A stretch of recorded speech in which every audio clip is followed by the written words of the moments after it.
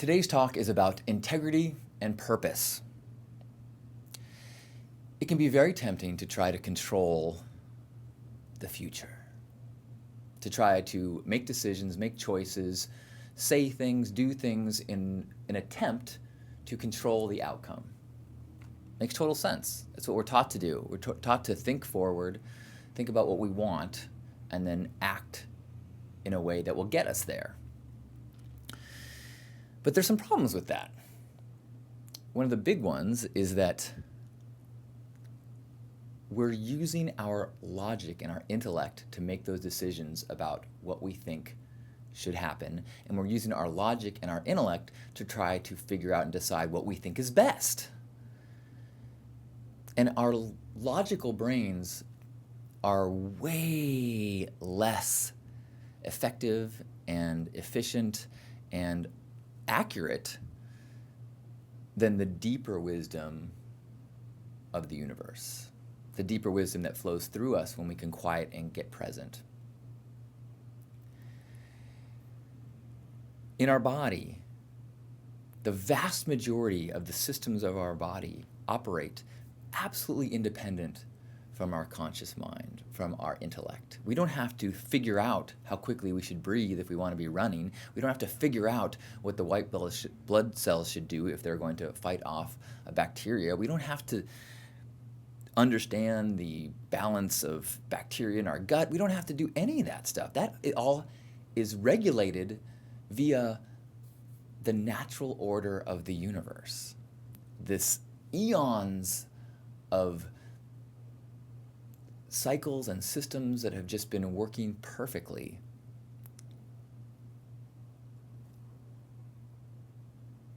We, however, as humans, have an amazing gift. We have the ability to imagine the future. We have the ability to summon thoughts and try to picture what we think the future will be. It's an amazing gift. It's what allowed early hunters to see poop and tracks and go, I bet there is food if we follow this. Without that ability, which is a very human gift, you wouldn't have the ability to do that. Survival would not have been possible without the ability for our intellect. However, the intellect is incredibly flawed. And it has this built-in struggle, this built-in defect, which is that you often imagine futures that are unpleasant.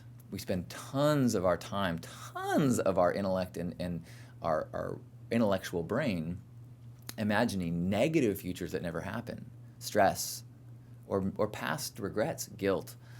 But all the anxiety that we feel is based on things that are stories, that are imaginations of futures that have not yet happened. It's like the Shakespeare quote that a coward dies 1,000 deaths and a hero dies just one.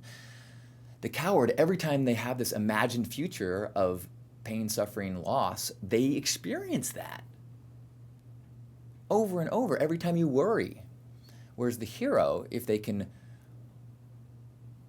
calm their mind, discipline their mind, then the only time they suffer that death is when it is actually time to die. So, first of all, we got to just be aware of the limitations of the intellect.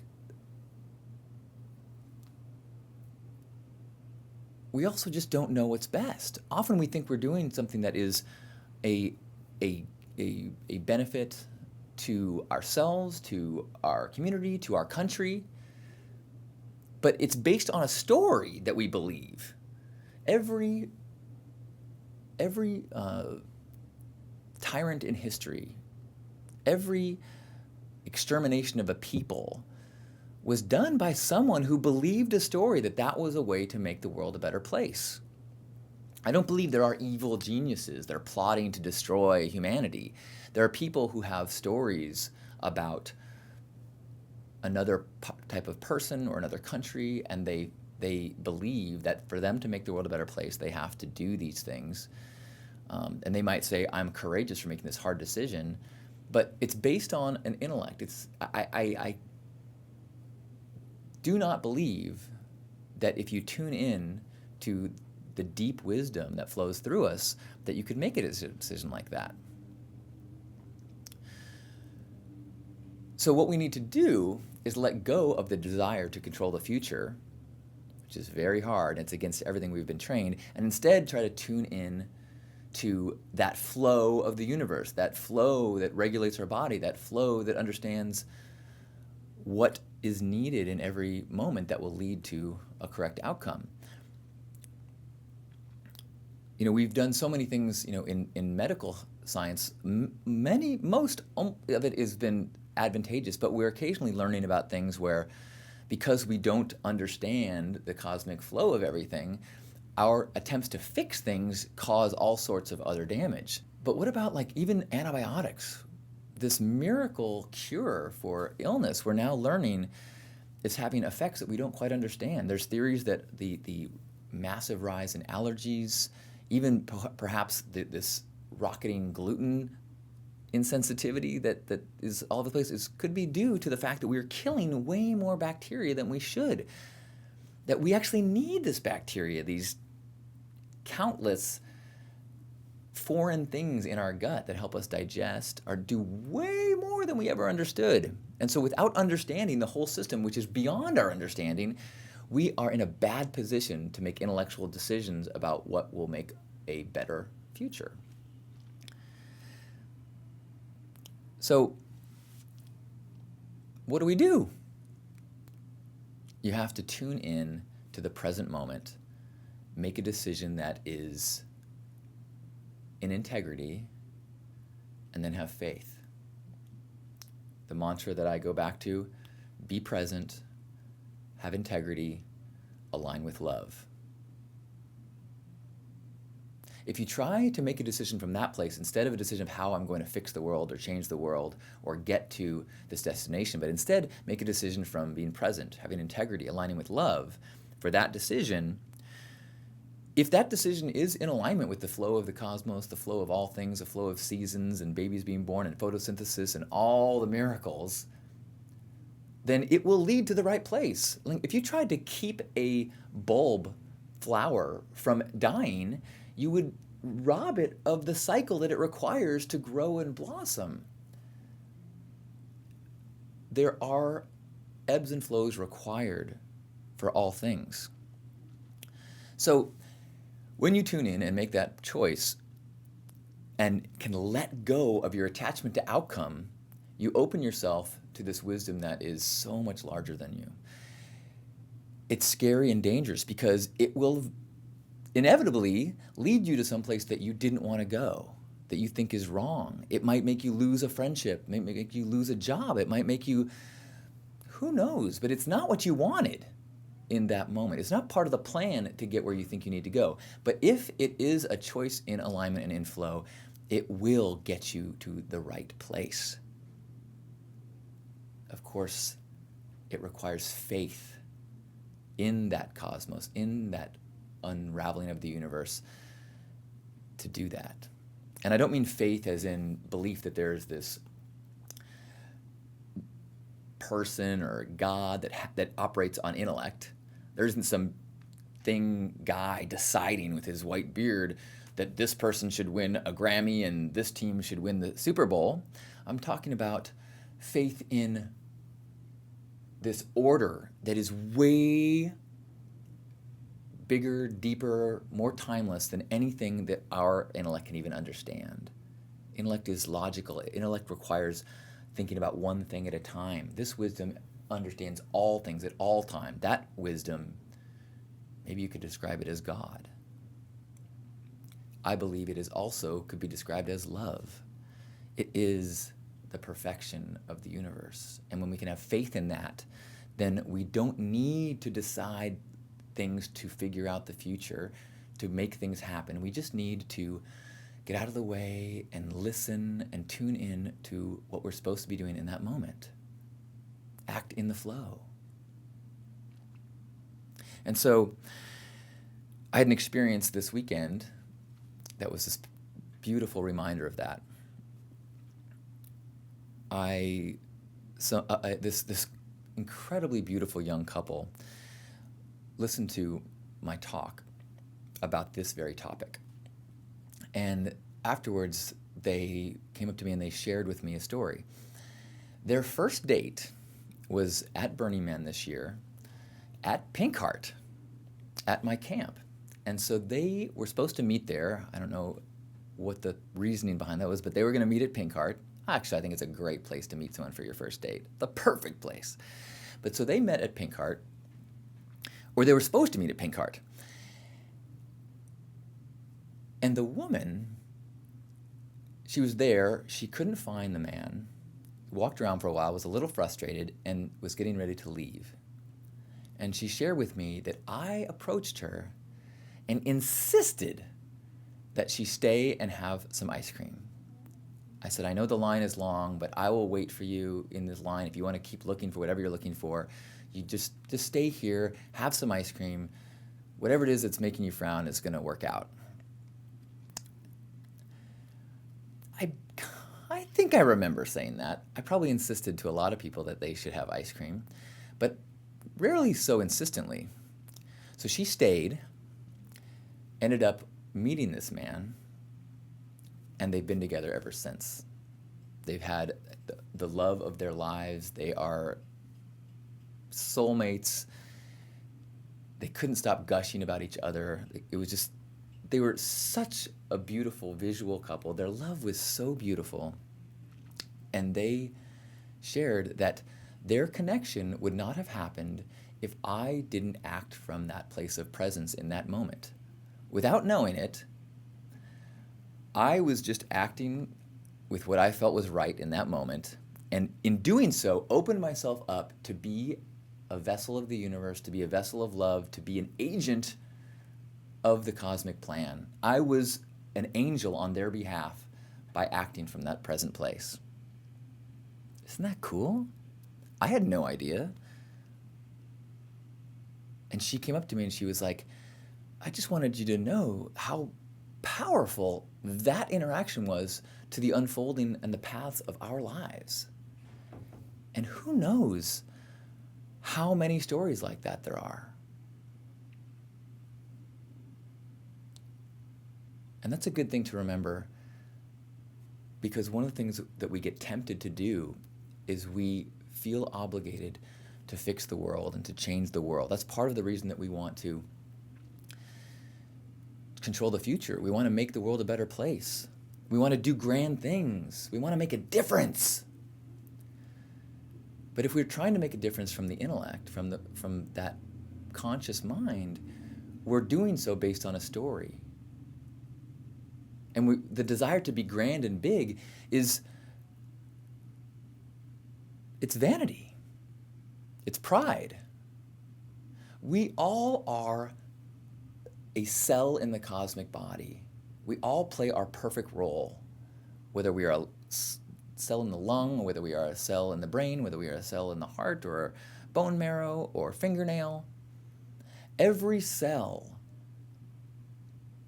is required to do its own job perfectly.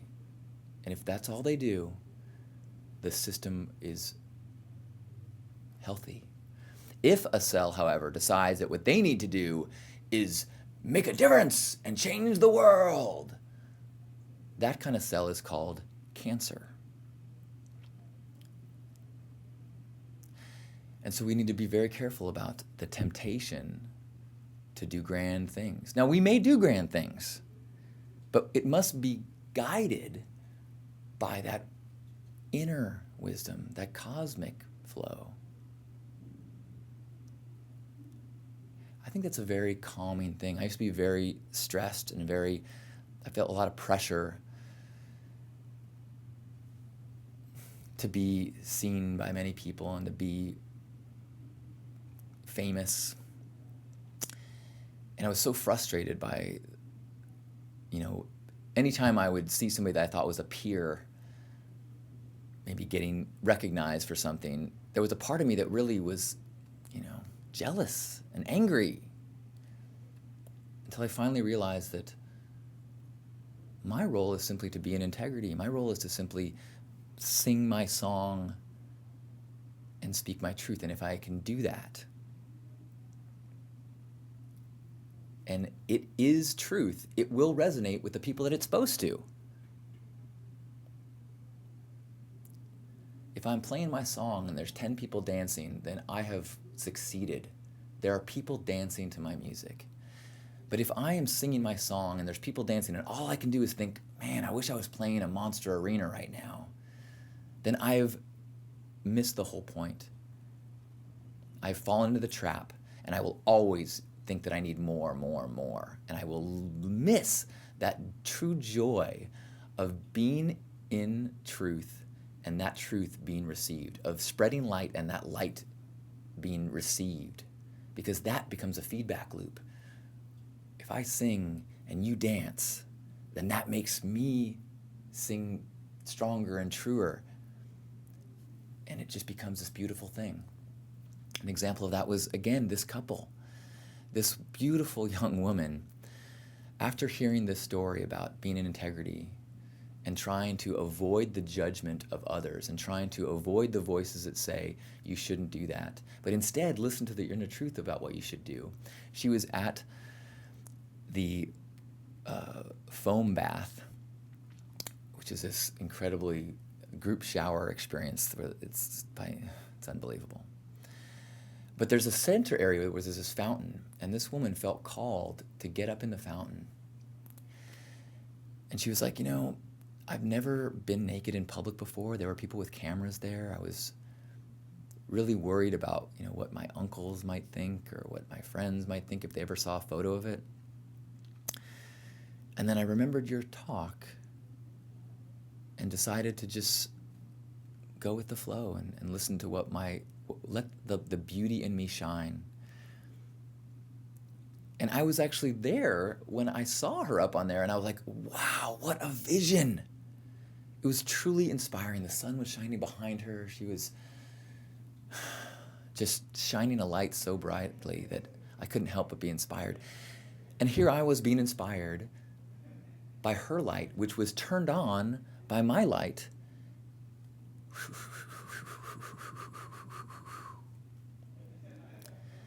And that's the magic that happens when we stop trying so hard and focus on being, focus on appreciation, focus on being present, having integrity, and aligning with love. And I happen to this weekend get to experience and hear and see the results of that kind of presence. But I also was able to hear and learn how powerful even the small acts that you can barely remember can be on those around you. Tiny interactions, smiles that you give to somebody, tiny kindness that comes from a place of being who you really are, have massive impact in the world, whether you see it or not. I truly believe that. That is what I have faith in.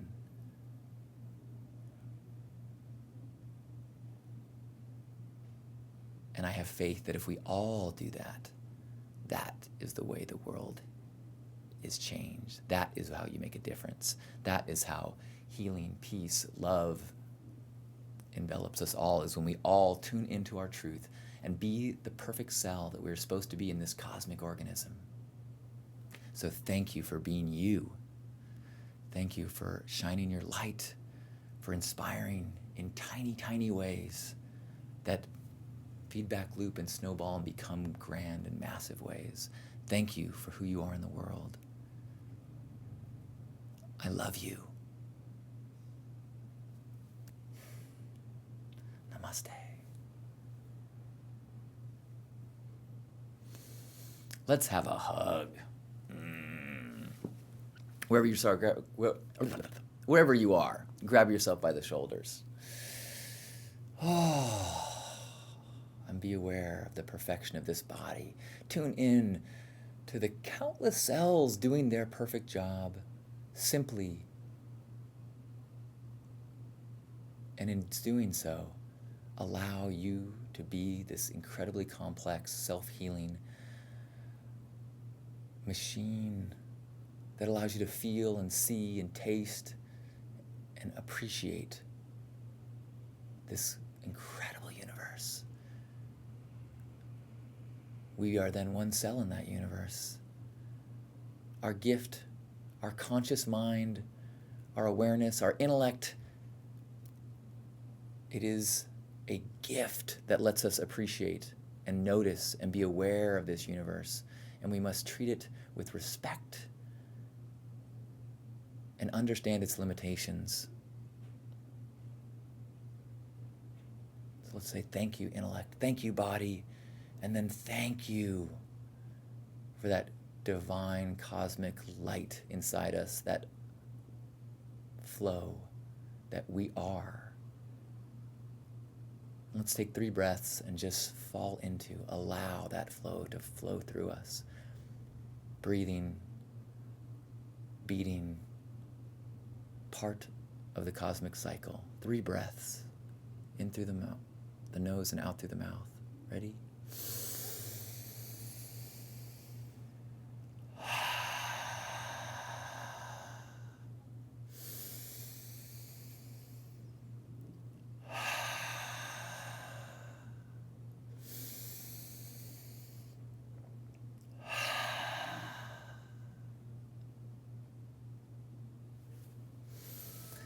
On behalf of Grandpa Caleb and all the Love Warriors, happy Hug Nation.